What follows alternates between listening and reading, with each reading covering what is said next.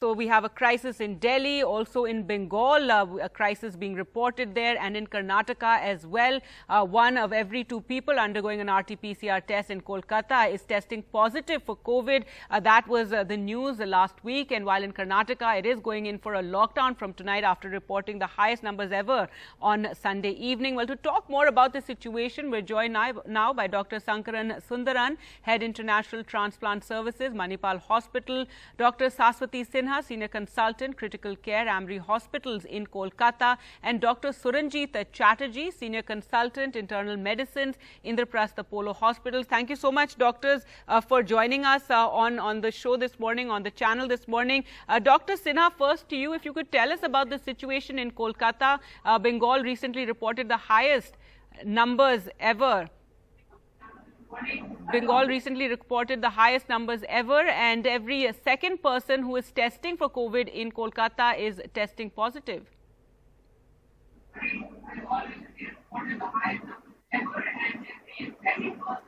All right, it seems we haven't been able to connect with Dr. Sinha yet, so I'm going to go across to Dr. Sundaran. Now, if you could tell us about the situation in Karnataka, because now the state is going under a lockdown. It's being called a curfew, but essentially it's a lockdown from tonight. And there were also reports of, how in Bengaluru as well, they were running short of hospital beds, that it was a fight for to people to get their loved ones into hospitals. What's the situation like right now? The situation is quite nightmarish. In fact, I am quite scared whenever I get phones from my friends from all over India. The first question I ask them, please don't ask me beds, and I'm not able to help. Even a week ago, one of my own colleagues' father, I couldn't help. He had a transplant in Calcutta and was on follow-up with me. And she is a doctor herself, and we couldn't get bed in any of the major hospital, and we lost. And I have quite a few transplant patients out in different hospitals trying to get into a major hospital for care. It's quite scary. I never felt like this in the last 40 years as a nephrologist. I deal with death every other day because I'm in a high-risk field, but never ever felt so low, so helpless, and it is quite nightmarish. I don't know what to do. In fact, I'm looking at the figures, how to get beds every other day, every hour. In fact, every minute we get calls asking how to get into some place. Oxygen is dropping, where do we go, whom do we contact? There is no system. I mean, it's easy for us to blame anybody. I don't want to blame anybody. I'm really, I'm lost for words. To say cliche is different. I know the virus is different and it has come like a tsunami and nobody can be blamed as such. But what do we do? How do we go about it from now? That is the question. I think this lockdown is important. A lot of people are saying lockdown is not important. Look at all over the world. My son is a doctor in UK, another son in Singapore. All of them tell me lockdown is part of treatment. Let's understand that. Let's not play politics on that. Lockdown is important, and all other COVID behavior, all those things are important, and oxygen, all that is important. But lockdown, I think at this juncture, when the health services are overwhelmed, I am actually waiting for the lockdown. I'm happy the government of Karnataka, they don't want to use lockdown. I know it's politically incorrect, but whatever it is, we need some sort of lockdown to take care at this juncture. Otherwise, it's going to be chaos.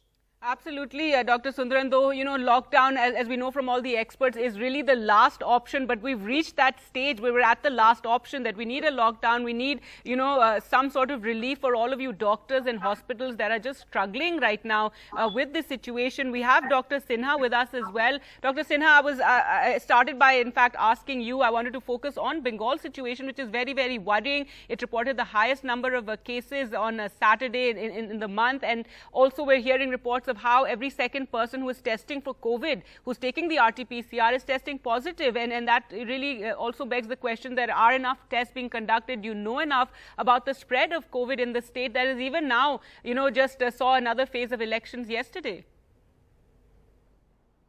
It's a completely mind-boggling scenario here in Kolkata. And the exponential rise in the number of cases in the last 2 to 3 weeks has completely overwhelmed the system. And me being a critical care physician, we are completely at a loss as to how to accommodate more patients. The hospitals are being asked to ramp up the number of beds to care for COVID patients. But ultimately, the manpower and the infrastructure remains the same. Even if we increase the number of beds, who's going to take care of this ever-increasing number of patients? And we keep getting calls from all over, from people we know, that they're all frantically looking for beds. And what is the oxygen situation like? Fortunately, till now, we've not faced a problem with oxygen. But what we're hearing is if the cases surge further, I really do not know if at all we will be faced with an oxygen problem, which will be an absolute disaster in the middle of a COVID pandemic. That's right. And here in Delhi, we're already struggling with that. Dr. Chatterjee, is there some relief now? Because it's been over a week that, this oxygen crisis in Delhi is continuing. And as many doctors and, those who are managing hospitals have pointed out that, they're trained to care for patients. They're not trained in this sort of oxygen politics or running to the High Court to ensure that they're given this oxygen supply. Absolutely true. We are ready to work hard for all our patients. Everybody is really working 24 hours almost to save these patients. But when we find that this patient needs so much of oxygen and we have to really rationalize them, or we have to curtail the amount of oxygen given to the patient, it is really, really distressing. We can see patients in distress in front of us, not getting enough oxygen. That was a situation a couple of days back. It has gradually improved. Actually, what we had to do quite a few times is just to cut down on the number of admissions because of lack of oxygen. We had beds available with us, but we had to curtail admissions because of lack of oxygen. This is disaster in a pandemic situation. Whenever we are ready to work, we are there, but the basic infrastructure had to be available to even save these patients who are suffering from this disease.